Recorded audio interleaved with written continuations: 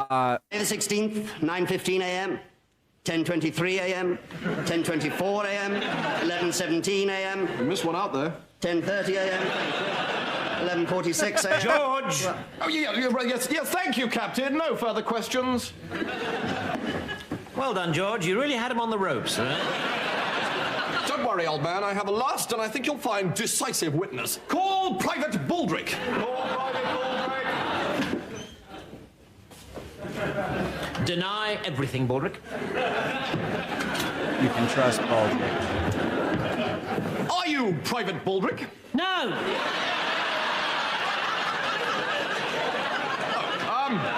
But you are They should have done a pan to Blackadder, who just did a face palm. Captain Blackadder's Batman. Sorry, I'm ruining it.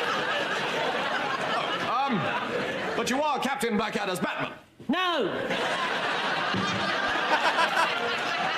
Come on, Baldrick, be a bit more helpful. It's me. No, it isn't! Sir, I must protest. Quite right. We don't need your kind here, Private. Get out. Now, George, someone, You're please. fine. Right, yes.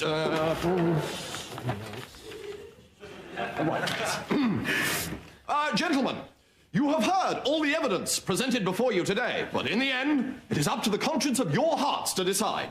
And I firmly believe that, like me, you will conclude that Captain Blackadder is, in fact, totally and utterly guilty. Totally and... Guys, I can see it unsquished. Voice cracked. Squished. Squished. Sorry, his face. utterly guilty.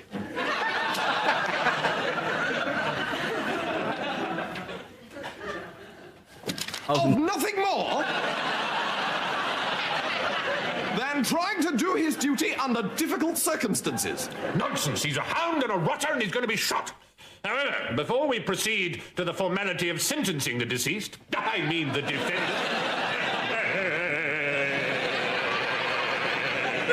I think we'd all rather enjoy hearing the case for the prosecution. Captain Darling, if you please. Sir, my case is very simple. I call my first witness, General Sir Anthony Cecil Hogmanay Merchant. Clever. General, did you own a lovely, plump, speckly pigeon called Speckled Jim, which you hand-reared from a chick, and which was your only childhood friend? Yes, I did. Burn. And did Captain Blackadder shoot the aforementioned pigeon? Yes, he did. Can you see Captain Blackadder anywhere in this courtroom? That's him. No more questions, sir. Splendid, excellent, first class. That's the way, come on. I therefore... What happened? I can't hear. I had to... Something happened with the noise. I had to change it to the different monitor. I think we're good now. Aforementioned pigeon? Yes, he did. Can you see Captain Blackadder anywhere in this courtroom? That's him. That's the man. No more questions, sir. Splendid, excellent, first class. That's the way, come on. I therefore have absolutely no hesitation in announcing that the sentence of this court is that you, Captain Edmund Blackadder, be taken from this place and suffer death by shooting tomorrow at dawn. Do you have anything to say? Yes. Could I have an alarm call, please? Happy to see you, Captain. What does he look like? Short, ugly. Hello, Baldrick. Come on. I'll pour you some food, sir, for your final breakfast tomorrow. Ah, so you're not pinning much hope on a last-minute reprieve, then? No, sir, you are as dead as some doo-doos. The expression, Baldrick, is as a dodo. Dead as a dodo. Well, I'll leave you to it then, shall I? Hello? Do not despair, sir. All my talk of food was just a dead herring. In fact, I have a cunning plan. This is not food, but an escape kit. Good Lord!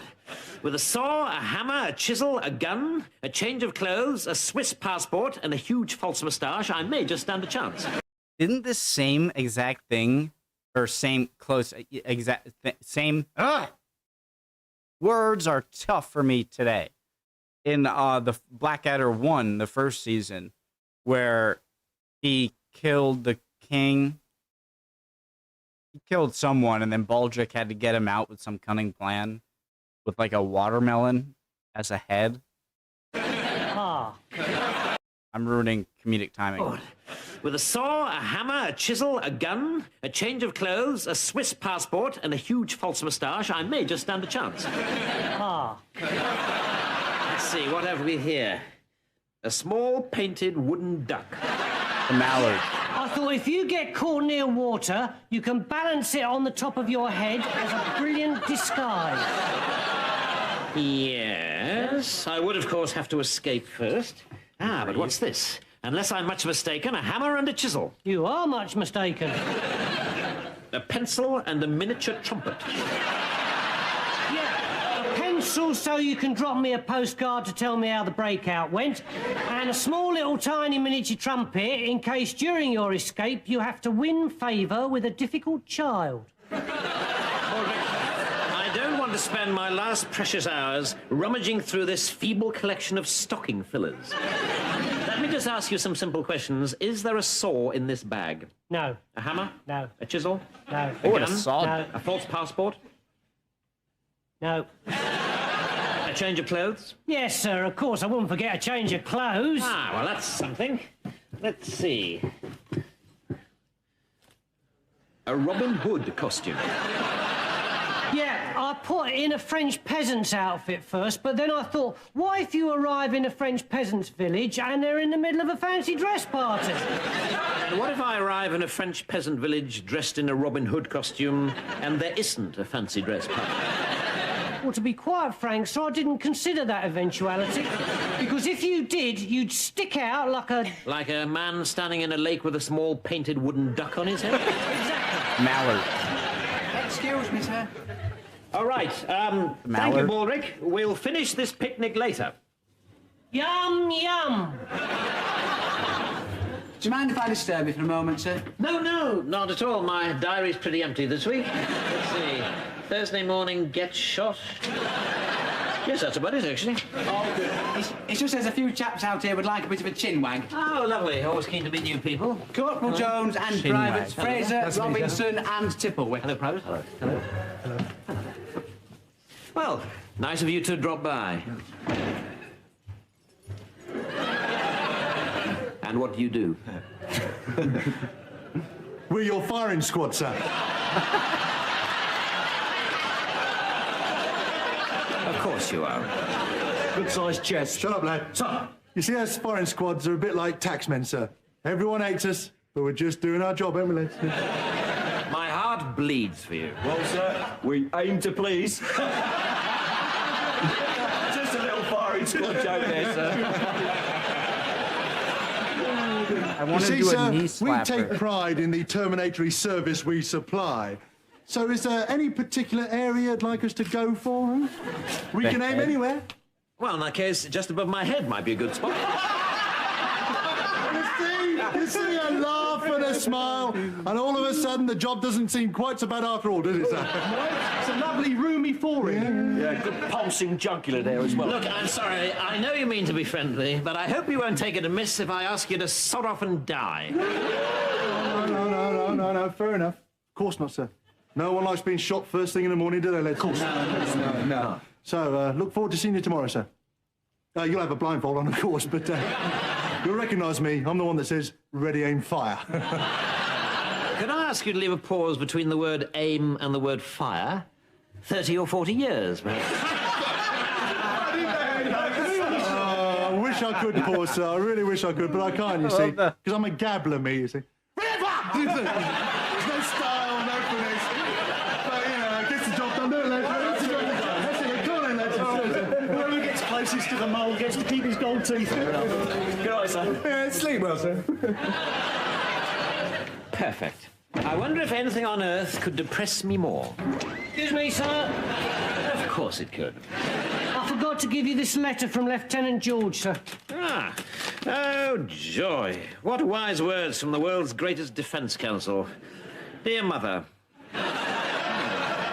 Unusual start. Thanks for the case of Scotch. You've excelled yourself, Baldric. You brought the wrong letter again. Oh, yeah, he did write too. Yes, his mother's about to get a note telling her he's sorry she's going to be shot in the morning. While I have to read this drivel. Hope Celia thrives in the Pony Club trials and that little Freddie scores a century for the first 11. You can't deny it's a riveting read. Send my love to Uncle Rupert. Who'd have thought it? Mad Uncle Rupert, Minister of War, with power of life and death over every bally soldier in the army. Hang on a minute. This is it. All George has to do is send him a telegram and he'll get me off. Baldrick, I love you. I want to kiss your cherry lips and nibble your shell-like ears. Do it. I'm free.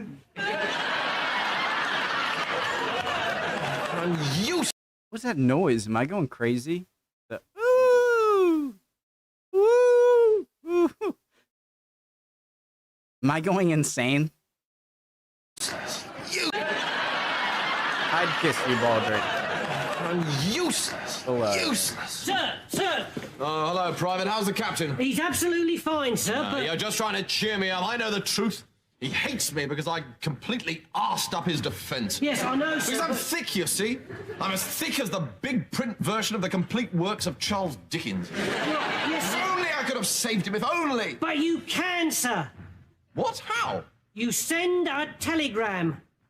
Of course I send a telegram! Yeah. Who to? To the person in the letter. What letter? To your mother. I sent a telegram to my mother! No! No! You send a telegram in the person in the letter to your mother. Well, who was in the letter to my mother? I can't remember. Well, think!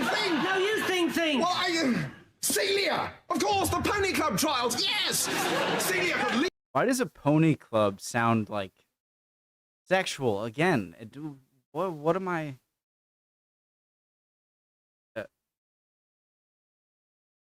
over the walls of the prison and save him! No! Cricket! Yes, I've got cousin Freddie, of course. He can knock out the firing squad with his cricket bat. No, someone else. Well, who? I don't know. Well, neither do I. What thing? Well, you think, sir. I'm stuck. No, it hasn't helped. Yes, it has, sir. Your Uncle Rupert, who's just been made Minister of War. Of course, Uncle Rupert's just been made the Minister of War, Baldrick. I'll send him a telegram and he'll pull strings and scratch backs and fiddle with knobs and... Nice. Hooray! Oh, well, we got there in the end, eh, Baldrick? Oh, just about, sir. Oh, I think this calls for a celebration, don't you? What about a tot of old moorhen's shredded sporran, which Mumsy's just said? I think a toast, don't you, to... What? Hens with the H first. What? Shredded about, sir? Oh, I think this calls for a celebration, don't you? What about a tot of old moorhen's shredded sporran, which Mumsy's just said? What is that? A toast, don't you, to Guys. Captain Blackadder and freedom. Captain Blackadder and freedom, sir. Morning. Morning. I must say, Captain, I've got to admire your balls.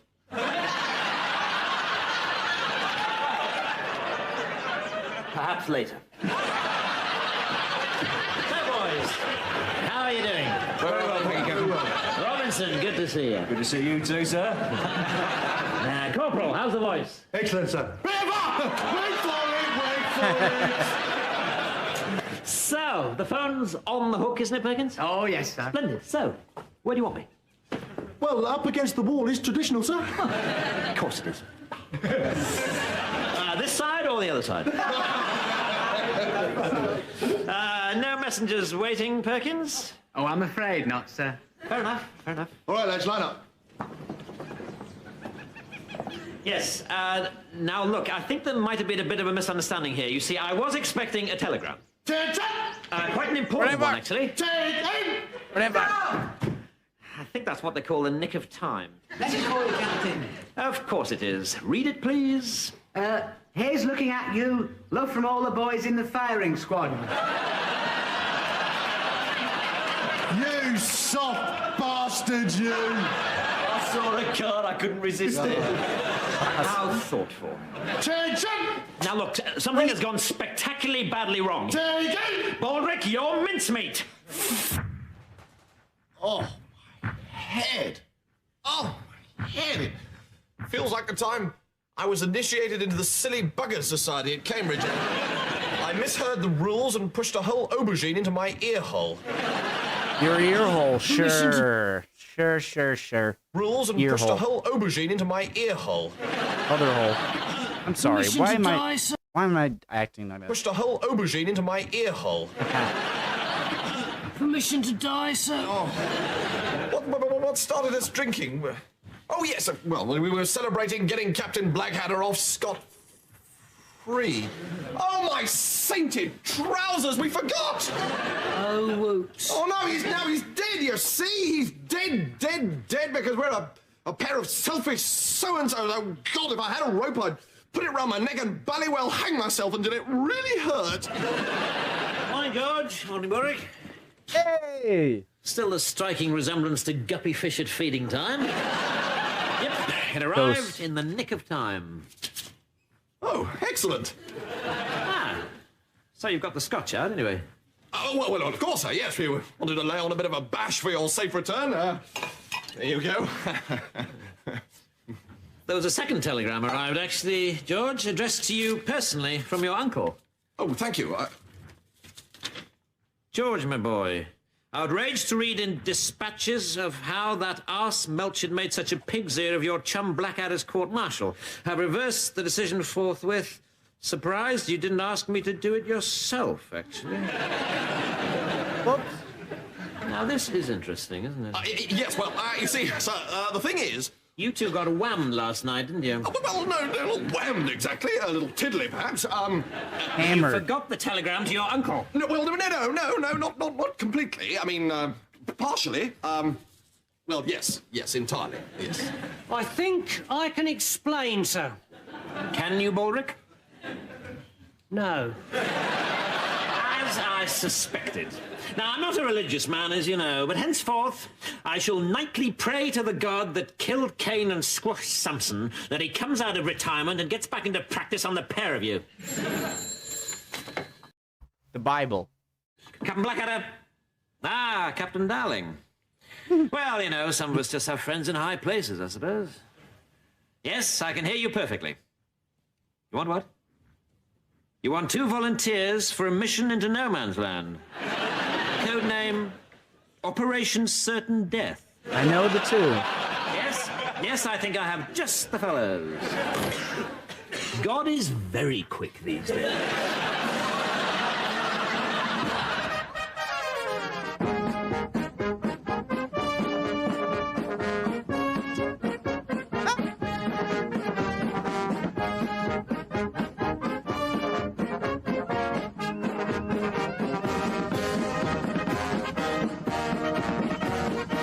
All right, really enjoyed that. I hope my thing worked. But we'll see. And if not, I can do some of those line edits. Maybe split it. I should, whenever I go on pee breaks and I'm watching stuff like this, I should just like not cut it out. Because like that could be a break that could save copyright there. Love you all. Hope you're all doing well. This is going to Patreon first, but I'll put this up in a few days, day or two. And I'll see you guys next time. Bye, guys.